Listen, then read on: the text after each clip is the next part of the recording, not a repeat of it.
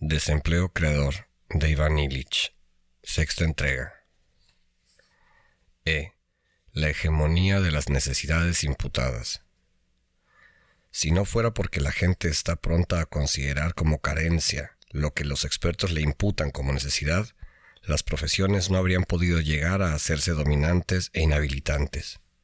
La dependencia entre unos y otros, como tutores y alumnos, se ha hecho resistente al análisis, debido a que se halla oscurecida por un lenguaje degenerado. Las buenas palabras de antaño se han transformado en hierros candentes que reclaman el control de los expertos sobre el hogar, la tienda, el comercio y el espacio, y sobre todo lo que se da en medio de ellos. El lenguaje, el bien común más fundamental, se halla contaminado así por estas hilachas de jerga, retorcidas, pegajosas, cada una sujeta al control de una profesión. El empobrecimiento de las palabras, el agotamiento del lenguaje cotidiano y su degeneración en terminología burocrática equivale, de manera más íntimamente degradante, a la degradación ambiental tan a menudo discutida. No se pueden proponer cambios posibles en los planes, las actitudes y las leyes si no nos hacemos más sensibles al rechazo de estos nombres erróneos que solo ocultan la dominación. Cuando yo aprendí a hablar de problemas, se hablaba solamente en las matemáticas o en el ajedrez.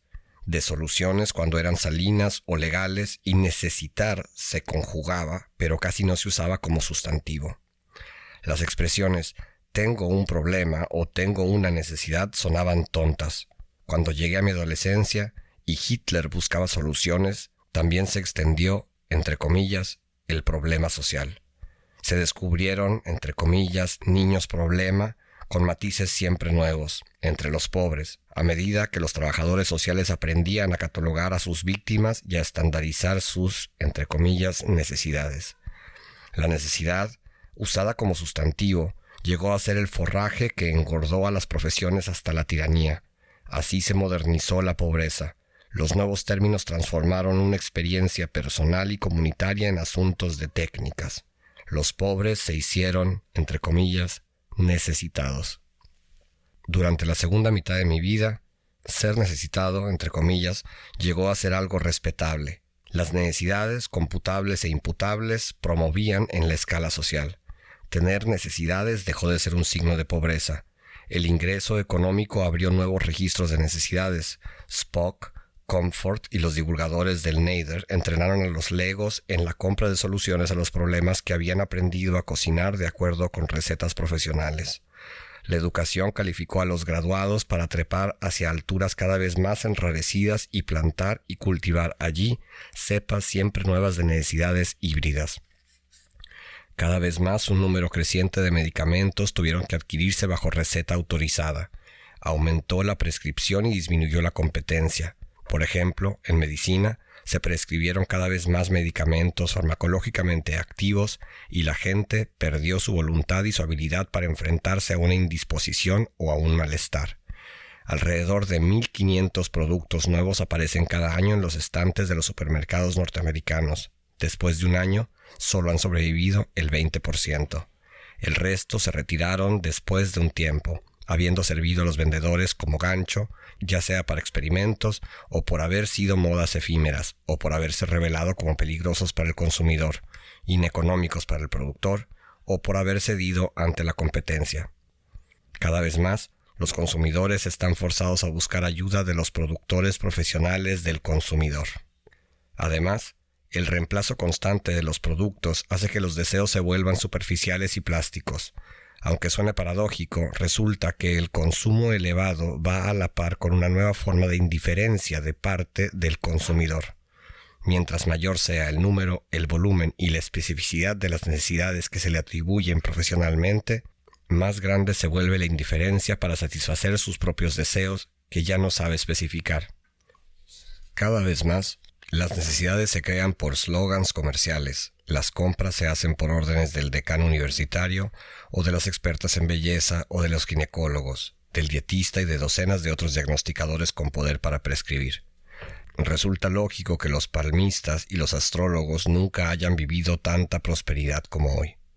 Una asignación de este tipo parece casi razonable en una cultura en la que la acción propia no es el resultado de una experiencia personal en busca de una satisfacción y en la que el consumidor consecuentemente adaptado sustituye las necesidades sentidas por las aprendidas. A medida que la gente se hace experta en el arte de aprender a necesitar, llega a ser cada vez más escasa la capacidad para aprender a moldear los deseos de acuerdo con la experiencia.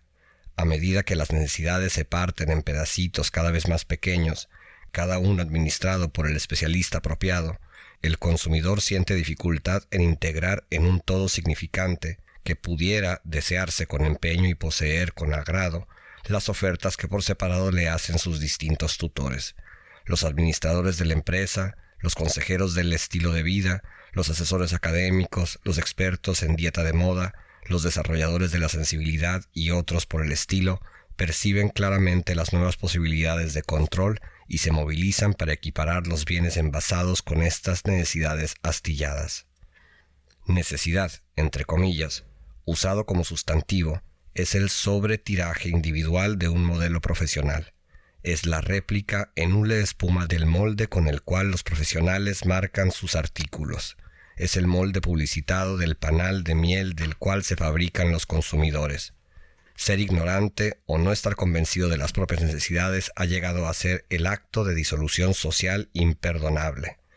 El buen ciudadano es aquel que se adjudica necesidades engrapadas con tal convicción que ahoga cualquier deseo de buscar alternativas o de renunciar a estas necesidades. Cuando yo nací, antes de que Stalin, Hitler o Roosevelt fueran conocidos, solo los ricos, hipocondriacos y miembros de los sindicatos poderosos hablaban de necesidad de atención médica cuando les subía la temperatura. Era una necesidad cuestionable, porque los doctores no podían hacer mucho más de lo que había hecho la abuela. En la medicina, la primera mutación de las necesidades llegó con las sulfas y los antibióticos.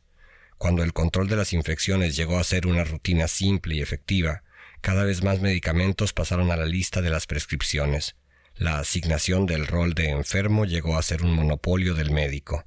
La persona que se sentía mal tenía que ir a una clínica para ser etiquetada con el nombre de una enfermedad y poder así ser declarada legítimamente miembro de la minoría de los llamados enfermos.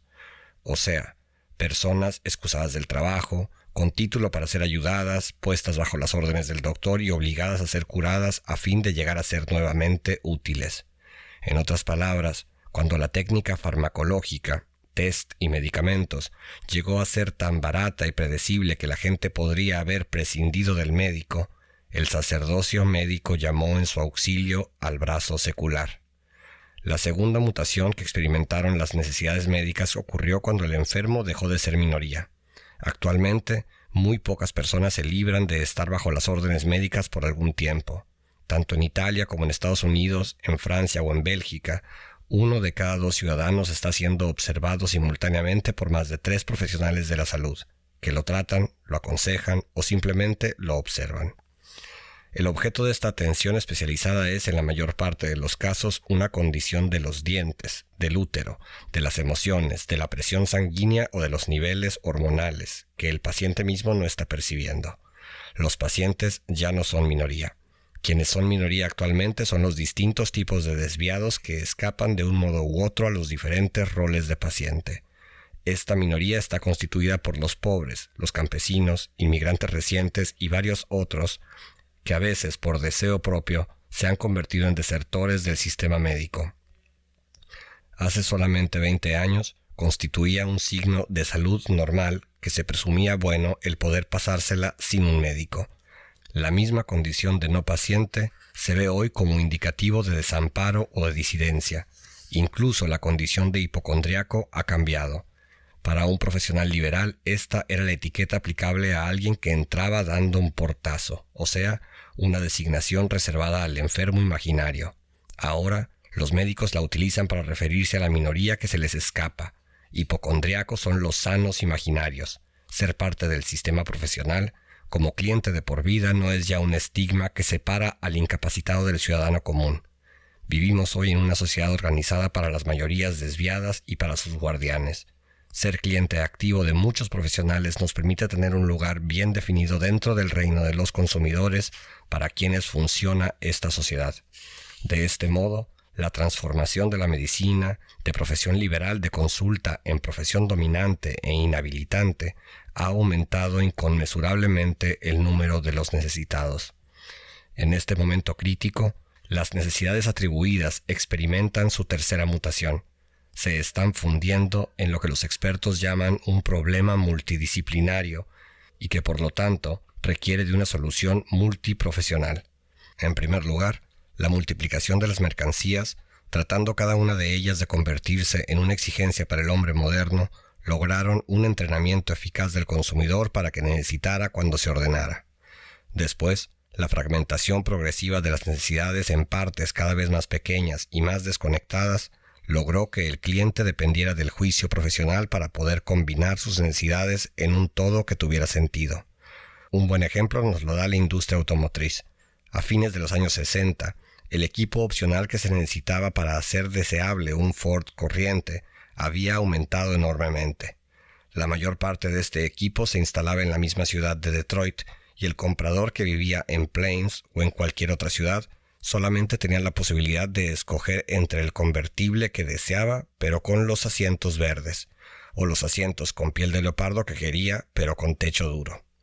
El consumidor, que ya antes había aprendido a depender de la mercancía, ahora tiene que aprender a resignarse a que otros escojan en su lugar. Por último, el cliente se entrena para que necesite una ayuda equipo al recibir lo que sus guardianes consideran un tratamiento satisfactorio.